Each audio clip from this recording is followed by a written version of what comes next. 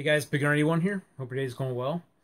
This morning I woke up, was looking at my Facebook feed, and saw a bunch of people with messages and articles and things on the ATF seeking to ban the 855 and SS109 penetrator round, the 5.56 penetrator round.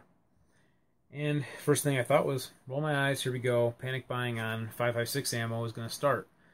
And maybe, well, especially with the this particular round anyway. And maybe it has. I looked around online. There's a lot of places that are sold out on their deals that they've had on it. So the lower priced 855 ammo is seemingly selling out, maybe. But we'll see.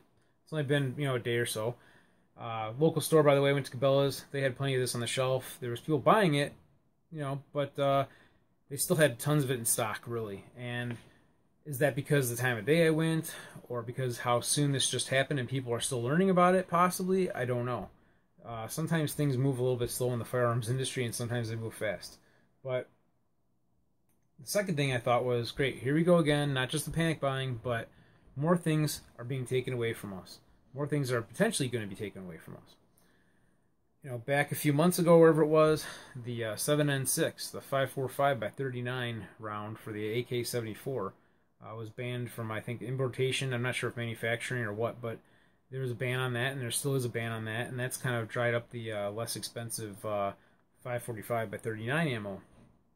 In that particular round, they changed its designation to a penetrator round. It has a mild steel core, but they decided to change it after how many years of civilians owning this ammunition that they decided to say, hey, now we're going to classify it as a penetrator round. That's really bullshit in my opinion. The next thing was the Sig Brace. Okay. You get enough people bugging the ATF about something, yeah, they're going to want to try to take an action against it. I get that. But I don't think it's the right thing to do. And to kind of recap the Sig Brace issue. Sig Brace is a brace that was designed for the AR15 pistol and the AK pistols. It was designed for a disabled veteran that had only one arm. So, he shoots it. He wanted a brace. They chose to build a brace to help manage the recoil. And the muzzle flip and all that kind of stuff to help it make it more accurate for him. And so initially, someone sent a letter to the ATF and they said, hey, if I shoulder it, does that change the pistol into a rifle? And their response basically was, no, it doesn't. We don't recommend using it in an unintended manner, but it doesn't change the designation, so you're okay. Excuse me. So, next was a few months later, people keep pestering the ATF. ATF finally says, hey, if you shoulder it, now you're redesigning the use, by changing the use of, let me rephrase that, by changing the use of the Sig Brace, you're redesigning the Sig Brace. Therefore, you're changing the use of the pistol into a rifle. To kind of sum it up, maybe that's not the best word, but you kind of get the gist of what I'm trying to say. So, just by how you hold it, you're changing what you're holding. Put it that way. How ridiculous and stupid is that? Does it make it any less dangerous? Does it make the public more safe?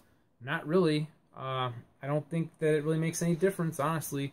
And then, of course, now the next thing we have is our 855 penetrator round, which isn't much of an effective round to begin with. I mean, yeah, it's going to do damage and stuff, but a lot of the military guys complain about this, and is it not being a very effective anti-personnel cartridge. From my understanding, it tends to poke holes rather than cause expansion, which expansion is pretty much what causes damage and causes people to stop being a threat. So, anyhow, does that make my point moot as to why I should be rallying to say we want to keep this round and not get it banned?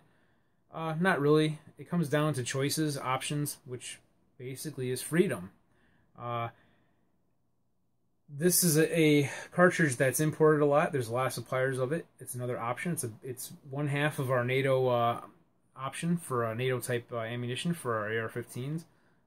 The other one is the M193, which is a 55 grain full metal jacket, regular ball ammo round, which a lot of guys from the military, from my understanding, I'm not from the military, so I can't say, but just from what I hear say anyway, that's a more effective round than this for anti-personnel. So, having said all that,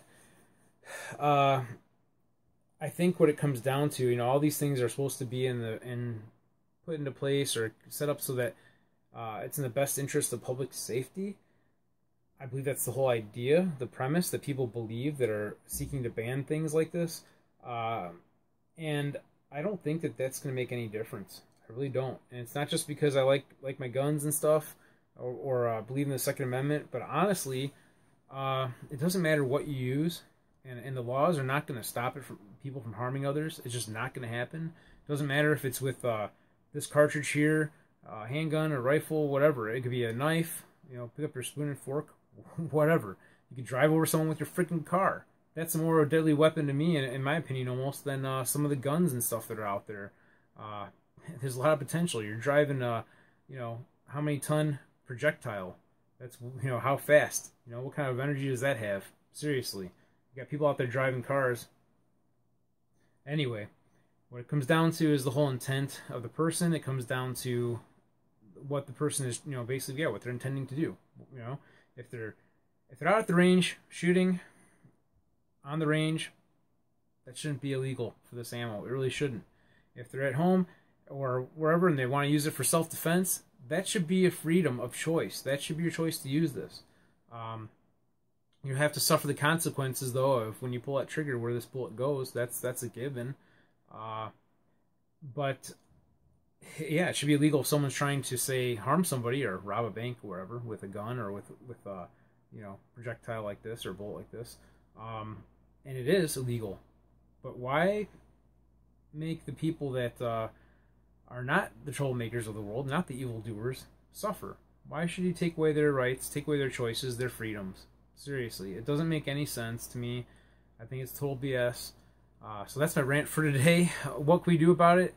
I would say, oh, not a whole lot, but not really. I mean, I think our voice is the best thing that we have at this point to do anything with, and I don't know what the best use of that is, but my recommendation, my thing I would say to do is contact your representatives, your legislators, you know, the people that are the ones behind the scenes making these things happen, or those that stand by while allowing them to, and let them know how you feel, because as long as we have a system of voting, and some people don't believe in the voting system, they think that's, you know, whatever, it's bullshit, but whatever the case might be, if you don't do anything, if you don't voice anything, you know, you don't give your voice, you know, you're just standing there by idly letting things happen. So for all those guys who go on the internet and say, oh, that sucks, that's stupid, get out there and talk to people, you know, make phone calls, make emails to the right people. That's the biggest thing.